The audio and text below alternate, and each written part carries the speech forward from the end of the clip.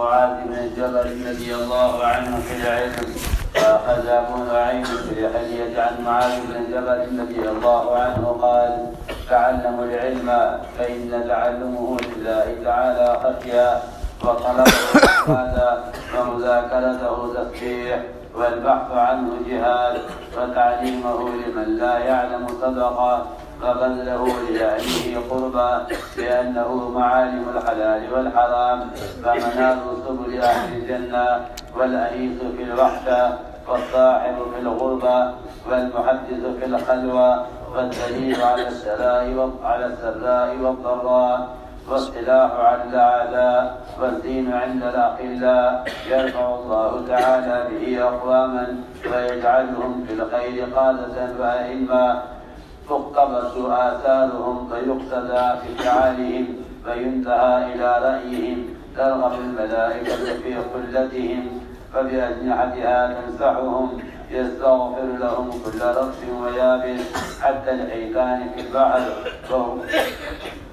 وهوامه وسباع البر وأنعامه لأن العلم حياة القلوب من الجهل ومصباح الأبصار من الظلم يبلغ العبد بالعلم منازل الأخيار والدرجة العليا في الدنيا والآخرة والتفكر فيه يعدل بالصيام ومدارسته بالقيام فيه توصل الأرحام ويعرف الحلال من الحرام وهو إمام العمل والعمل تابعه يلهمه السعداء ويحرمه الأشقياء وأخرجه ابن عبد البر في جامع بيان العلم عن معاذ مرفوعا مثله ثم قال هو حديث حسن جدا ولكن ليس له إسناد قوي ورويناه من طرق شتى موقوفا ثم ذكر بعض أسانيد الموقوف ثم قال وذكر الحديث بحاله سواء موقوفا على معاذ فقال المجري في الترغيب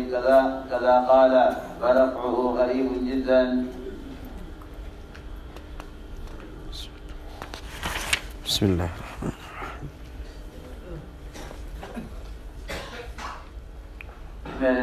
Tuan-tuan yang mulia, ilmu adalah merupakan sifat Allah Subhanahu Wa Taala yang tidak akan dapat dihasilkan tanpa ketakwaan. Seseorang itu dia menghafal dan dia menceritakan, membayankan apa yang dia belajar dan dia faham bahawa dia telah berilmu. Padahal ketaatan dan ikutan amal itulah yang merupakan ilmu. Sekiranya tidak ada amalan yang mengikuti ilmu, maka sudah cukup untuk digelarkan dia itu sebagai orang jahil. Sekiranya tidak ada amalan yang menepati ilmu, maka sudah cukup untuk mengatakan dia itu jahil. Sudah cukup untuk mengatakan seseorang itu jahil sekiranya amalan dia berlawanan dengan ilmunya. Amalannya berlawanan dengan ilmunya. Amalannya berlawanan dengan ilmunya sudah cukup untuk menjadikan dia jahil. Kerana tidak tahu itu bukan satu musibah yang besar berbanding dengan orang yang tahu tapi tidak beramal dengan apa yang dia tahu. Itu adalah wa in kuntum tadri fal musibatu azam. Sekamu wa in talabihi, tidak tahu adalah satu musibah, tetapi mengetahui dan tidak beramal itu adalah musibah yang lebih besar daripada tidak tahu. Oleh kerana itu saya bagi tahu tadi bahawa ilmu adalah, untuk dapatkan ilmu syaratnya adalah takwa. Untuk dapatkan ilmu syaratnya adalah takwa. Sebanyak mana mata, telinga, lidah dijaga daripada dosa, maka sejauh itulah akan wujudnya hubungan antara dia dengan ilmu. Dan sekiranya ini madakhil ini mana tempat masuk ilmu ini, iaitu mata, telinga dan lidah digunakan sedikit saja untuk dosa, maka dia tidak akan dapat menghasilkan ilmu. Dia mungkin dapat menghasilkan maklumat, tetapi ilmu tidak akan dapat. Maklumat mungkin dia akan dapat, kerana hubungan maklumat itu adalah dengan kecerdikan, dengan kepandaian, bukan dengan ketakwaan. Oleh kerana itulah Maulana Yusuf rahmatullah alaih bahawa orang bukan Islam pun boleh menghasilkan maklumat, tetapi mereka buta daripada hati mereka. Hati mereka buta, hati mereka mati. Orang Islam mereka menghasilkan ilmu dan tidak beramal dengan ilmu. ini sudah cukup untuk menjadikan dia jahil. Oleh kerana itu saya bagi tahu bahawa ilmu akan dihasilkan melalui hubungan dengan Allah. Satu orang sahabat telah bertanya, "Ya Rasulullah, bagaimana aku ingin menjadi seorang yang paling alim?" Rasulullah mengatakan, "Ittaqillah takun a'laman nas." Kamu usahalah kepada ketakwaan, maka kamu akan menjadi orang yang paling berilmu, orang yang paling alim. Oleh kerana itu, ilmu akan dapat dihasilkan melalui hubungan dengan Allah. Sahabat radhiyallahu taala anhum, mereka sebahagian besar ilmu yang mereka hasil melalui ketakwaan mereka. Melalui ketakwaan mereka. Oleh kerana itu Allah Taala telah mensyaratkan ilmu itu dengan khasyah, dengan perasaan takut. Dengan perasaan takut. Ilmu disyaratkan dengan perasaan takut. Allah Ta'ala bagi tahu dengan hasad, dengan penekanan yang kuat. Innama, tidak ada lagi selain daripada ini. Yakhshallah min ibadihil ulama. Hanya senya yang takut pada Allah Ta'ala itu adalah ulama. Cuba kita lihat perkara ini, bahawa kita kena lihat dalam diri kita melalui ilmu yang kita ada ini berapa banyak wujudnya perasaan takut pada Allah. Sekiranya dalam melakukan dosa-dosa besar pun kita tidak takut pada Allah, maka maknanya hakikat ilmu tidak ada dari kita. Apatah lagi kalau kita buat dosa besar. Kalau dalam dosa kecil pun kita tidak takut pada Allah Subhanahu Wa Taala, maka hakikat ilmu tidak ada dalam diri kita. Malah kata maknanya itu tidak ada hakikat ilmu. Maknanya tidak ada hakikat ilmu. Kerana mau tak aku khabarkan kepada kamu apakah itu hakikat ilmu? Ilmu itulah yang sebenarnya adalah zikir. Ilmu itu sendiri adalah zikir. Iaitu kamu menyebut nama Allah Subhanahu Wa Taala, itu adalah sebahagian daripada zikir. Faham tak apa yang saya bagi tahu ni? Malah nak tanya. Kita sebut nama Allah, itu adalah sebahagian daripada zikir. Itu adalah sebahagian daripada zikir. Kita sebut nama Allah, itu adalah sebahagian daripada zikir. Bukan kesemua, bukan kesemuanya, bukan 100% zikir. Bukan kul, bukan semuanya. Hari ini orang faham bahawa khulasah daripada tasawuf ialah zikir. Padahal tidak. Khulasah ni maknanya perahan ataupun kita kata juz daripada tasawuf ialah 24 jam kita mengingati Allah Subhanahu Wa Taala. Sebab itulah Allah Subhanahu Wa Taala bagi tahu ulama ini bukan ahli ilmu, tapi ulama ialah ahli zikir. Ulama ialah ahli zikir. Jadi maknanya, jadi daripada sini kita naik tengok, maka telah berbeza ahli ilmu dengan ahli zikir. Hari ini orang faham bahawa sufi ialah orang yang hanya berzikir, bukan orang berilmu. Ini tidak mungkin terjadi. Tanpa ilmu tidak akan ada langsung gambaran tasawuf tanpa ilmu. Faham tak apa yang saya beritahu? Mana tanya? Bukan saya tanya, mana tanya, saya terjemahkan saja. Tanpa ilmu, gambaran tasawuf pun tidak ada. Tidak ada langsung gambaran tasawuf tanpa ilmu. Lepas tu saya beritahu, ilmu itu sendiri adalah zikir. Mengingati Allah dengan menyebut nama Allah, itu adalah untuk mewujudkan kekuatan mentaati perintah Allah dan untuk mendekatkan diri dengan Allah Subhanahu Wa Taala. Mengingati Allah dengan menyebut nama Allah itu adalah untuk kita melatih diri kita supaya timbul kekuatan untuk meninggalkan kemaksiatan. Sebab itu Maulana Ilyas rahmatullah mengatakan bahawa menyebut nama berzikir tanpa ilmu itu adalah kegelapan. Kata Maulana Ilyas rahmatullah alaih bahawa sufi yang jahil akan digunakan oleh syaitan untuk menyesatkan orang lain. Sufi yang jahil akan digunakan oleh syaitan untuk menyesatkan manusia lain. Sebab itulah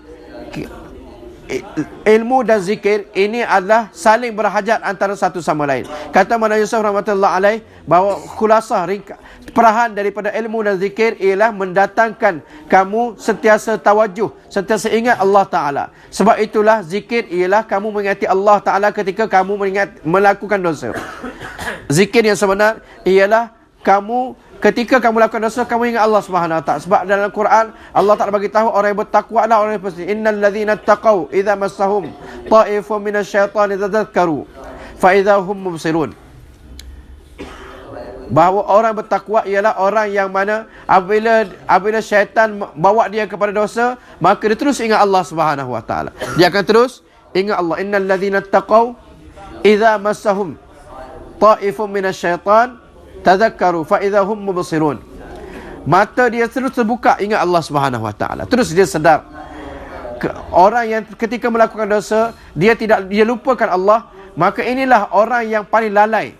Inilah manusia yang paling lalai. Cuba kita lihat tuan-tuan. Muaz bin Jabal radhiyallahu taala anhu, dia adalah sayyidul ulama, ketua kepada para ulama. Dia siapa? Dia adalah penghulu kepada semua ulama. Di antara semua sahabat yang mufti paling besar, yang tahu tentang halal haram, yang paling berilmu, mufti paling besar adalah Muaz bin Jabal. Dia telah tunggu untuk tunaikan solat Jumaat. Dia telah tunggu untuk solat Jumaat. Jemaah dia pagi-pagi telah bergerak. Jemaah dia telah bergerak pagi-pagi lagi. Muaz bin Jabal radhiyallahu taala anhu, dia untuk tunaikan solat Jumaat, dia tunggu sampai waktu Jumaat. Hadrat Umar radhiyallahu anhu mengatakan, wahai Muaz, kamu tak pergi lagi? Dia kata, ya Rasul, wahai Amirul Mukminin, selepas saya tunaikan solat Jumaat, saya akan pergi. Selepas solat Jumaat saya akan pergi. Jemaah telah bergerak pagi-pagi lagi, saya selepas Jumaat saya akan bergerak. Kata Umar radhiyallahu anhu, wahai Muaz, kamu dah lupa apa yang telah terjadi kepada Abdullah bin Rawahah bila dia tertunggu untuk salat Jumaat? Maka apa Rasulullah telah bagi tahu kepada Abdullah bin Rawahah? Kamu dah lupa? Wahai Muaz, Umar radhiyallahu anhu telah mengingatkan kepada Muaz bahawa Rasulullah telah mengatakan kepada Abdullah bin Rawahah, Abdullah bin Rawahah, sesungguhnya jemaah yang bergerak pada waktu pagi tadi, dia 500 tahun lebih awal masuk dalam syurga daripada kamu. Jadi Umar radhiyallahu anhu telah ingatkan kepada Muaz bin Jabal. Jadi dari sini kita nampak bahawa sebagaimana pergerakan sahabat radhiyallahu anhu di zaman Nabi sallallahu alaihi wasallam, begitu juga pergerakan yang sama yang telah dibuat oleh sahabat di zaman Khulafaur Rasyidin. Dan kepentingannya pun sama juga ketika zaman Khulafaur Rasyidin. Oleh kerana itu, ulama sahabat mereka sentiasa bergerak supaya ilmu bertebaran ke seluruh alam. Supaya ilmu bertebaran ke seluruh alam. Pergerakan ulama sahabat melalui pergerakan ulama sahabat ini adalah menjadi satu dalil kepada ulama, menjadi satu dalil kepada ulama zaman sekarang supaya mereka juga bergerak kepada orang awam. Melalui pergerakan ulama akan terbukanya masarif, tempat untuk mereka menyalurkan ilmu mereka. Akan terbukanya kepada mereka tempat-tempat yang sepatutnya disalurkan ilmu. Sebagaimana orang-orang kaya, dengan dia pergi kepada orang-orang miskin, maka akan terbuka jalan infak untuk mereka infakkan kepada orang kafir, orang fakir. Begitu juga dengan ulama bergerak kepada orang jahil, akan terbuka depan mata dia tempat yang sepatutnya dia salurkan ilmu. Jadi sebab itulah sangat penting ulama dia kena bergerak di jalan Allah Subhanahu wa taala dengan membawa cahaya ilmu. Muaz bin Jabal radhiyallahu taala anhu, dia adalah mufti yang paling besar. Di mana? Bukan di Indonesia. Di mana? Di Madinah. Tetapi kubur dia di mana tuan-tuan? Kubur dia di Urdun, di Jordan. Kubur dia di Jordan. Sedangkan dia mufti yang paling besar di Madinah. Muaz bin Jabal radhiyallahu anhu telah berkata, dia telah mentarghib tentang ilmu. Dia mengatakan bahawa kamu belajarlah ilmu. Belajarlah ilmu. Dan kamu menghasilkan ilmu kerana Allah, ini akan mewujudkan perasaan takut dalam diri kamu. Menghasilkan ilmu kerana Allah Subhanahu wa taala. Maksud kerana Allah taala ini ada dua maksud. Satu ialah untuk mentaati Allah. Satu lagi ialah kamu mempelajari ilmu untuk menyebarkan ilmu kepada hamba Allah Subhanahu wa taala demi Allah Subhanahu wa taala. Faham tak? Jadi kamu menghasilkan ilmu untuk menyebarkan ilmu ini kepada hamba Allah, untuk meredhakan Allah. Dan melalui ilmu ini kamu mentaati Allah. Jadi ini maksud daripada ini, iaitu menghasilkan ilmu kerana Allah. Inilah maksud dia. Ini ilmu yang macam ini akan menimbulkan perasaan takut. Dan menghasilkan ilmu adalah ibadat. Mempelajari ilmu adalah ibadat. Dan bermuzakarah untuk ilmu itu adalah ganjaran tasbih. Itu adalah ganjaran tasbih, seolah kita bertasbih pada Allah.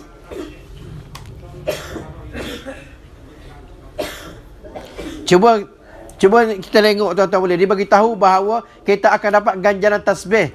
Di atas apa? Di atas muzakarah tentang ilmu. Dan berbahas tentang ilmu adalah jihad. Berbahas ni bukan bererti kita berbahas yang kita fikir orang Melayu. Tidak. Berbahas untuk memantapkan ilmu. Itu adalah jihad. Dan mengajarkan ilmu kepada orang yang tidak ada ilmu, itu adalah merupakan sedekah jariah. Itu adalah sedekah jariah. Selagi mana orang itu mengamalkan ilmu, selagi itulah dia akan mendapat ganjaran daripada apa yang diajarkan.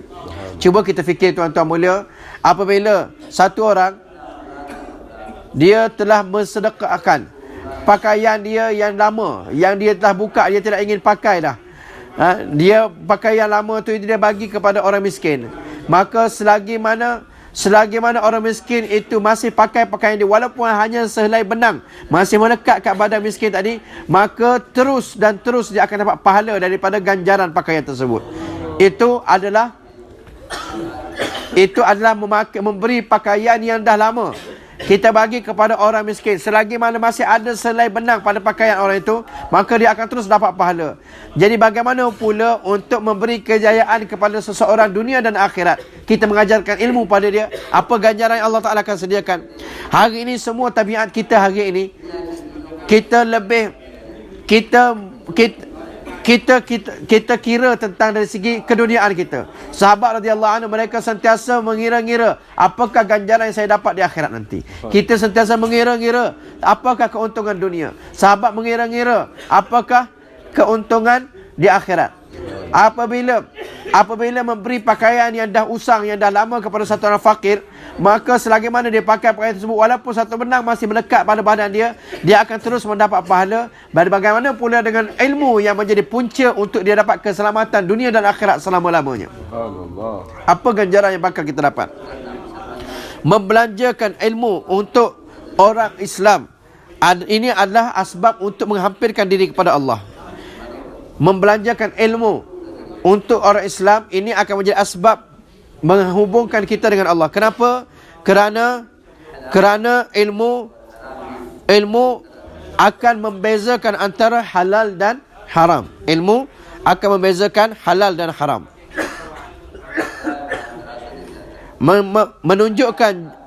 Membezakan antara halal dan haram. Dan alamat halal dan haram akan dihasilkan melalui ilmu.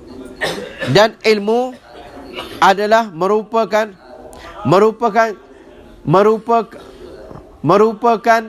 alamat, ataupun kita panggil apa? Signboard. Tahu signboard? Signboard apa dalam bahasa Indonesia? Enggak faham signboard.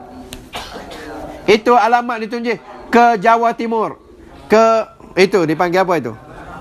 Papan tanda. Oh, saya sudah tertinggal nak jelas kepada tuan-tuan, dah tertinggal lah.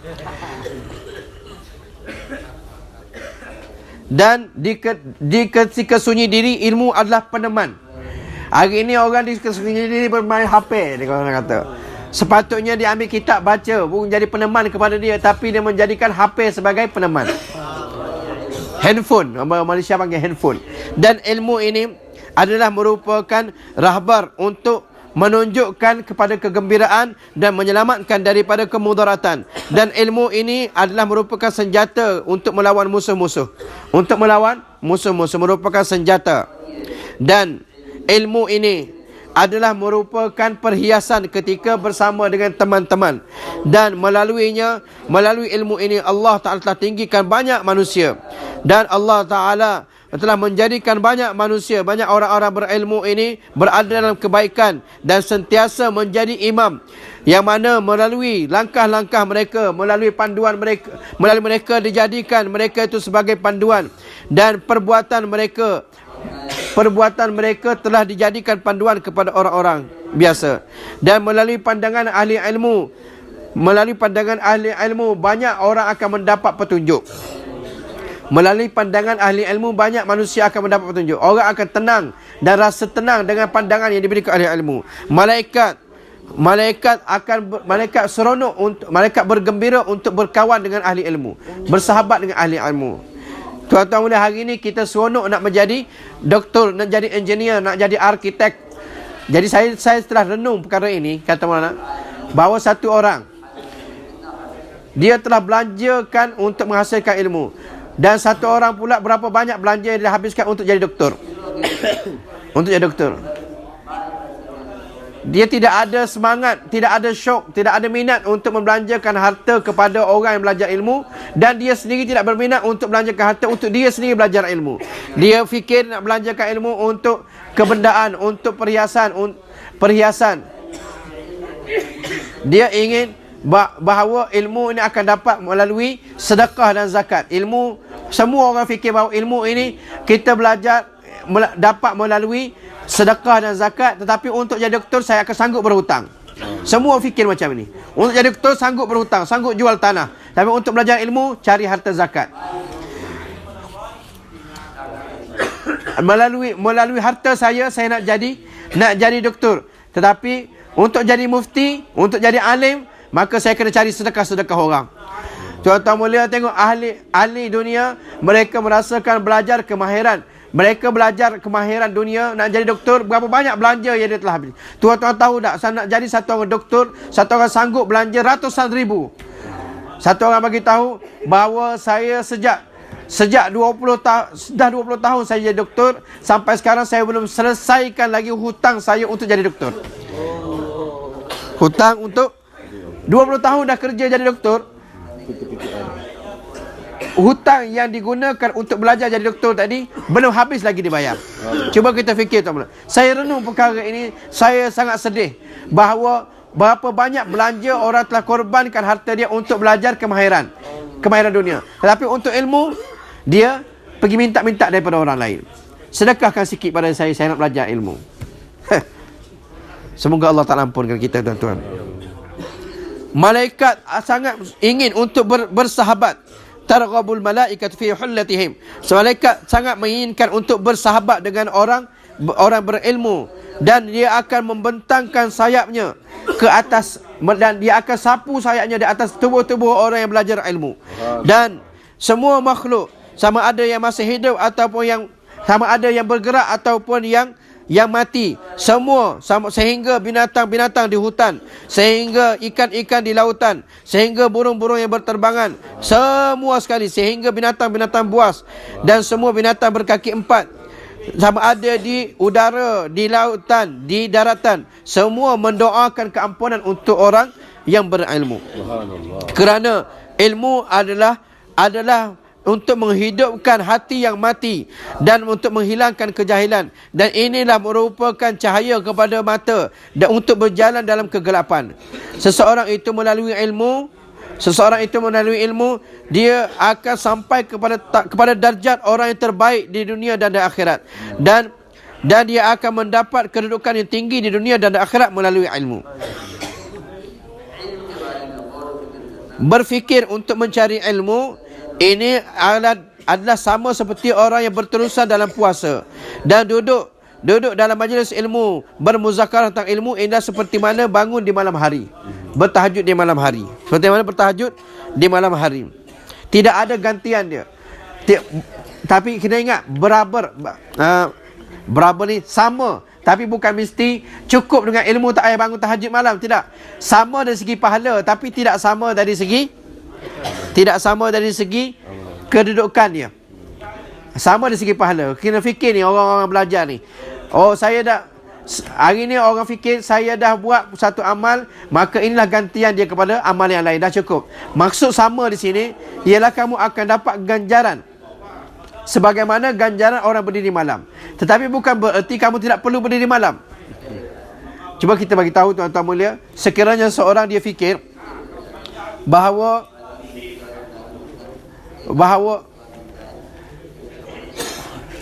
satu orang yang mana dia fikir bahawa pergi ke masjid untuk belajar ilmu akan dapat ganjaran seperti mana menunaikan haji. Jadi saya tak perlu tunaikan haji lagi. Kenapa saya dapat ganjaran? Boleh jadi, tuan-tuan mulia. Tidak boleh gantikan kepada haji. Dapat pahala sahaja, tapi tidak boleh menggantikan haji. Jadi berfikir untuk ilmu itu adalah seolah satu orang berpuasa sepanjang-panjang malam dan sepanjang-panjang hari dan belajar bermuzakarah untuk ilmu adalah seperti mana orang berdiri malam. Dan melalui ilmu ini akan mewujudkan kasih sayang sesama kamu, dan kamu akan dapat mengenali halal dan haram. Ilmu adalah merupakan imam kepada amal, dan amal akan menjadi makmum kepada ilmu. Ilmu adalah merupakan imam kepada amal, dan amal akan menjadi makmum kepada ilmu. Ilmu ini akan memberi ilham kepada orang-orang yang baik, dan orang yang jahat dia akan termahrum daripada ilmu ini. Orang yang jahat dia akan termahrum, terjauh daripada ilmu ini. Faham tuan-tuan? مولانا محمد وعلى آل سيدنا مولانا محمد كما صليت على إبراهيم وعلى آل إبراهيم إنك حميد مجيد. ربنا ظلمنا أنفسنا وإن لم تغفر لنا وترحمنا لنكونن من الخاسرين. اللهم إنا نستغفرك ونتوب إليك. اللهم إنا نستغفرك ونتوب إليك. اللهم إنا نستغفرك ونتوب إليك. ربنا آتنا في الدنيا حسنة وفي الآخرة حسنة وقنا عذاب النار. سبحان ربك رب العزة عما يصفون وسلام على المرسلين والحمد لله. Jadi insya-Allah Pak Adri kita azam insya-Allah bangun tahajud malam ni.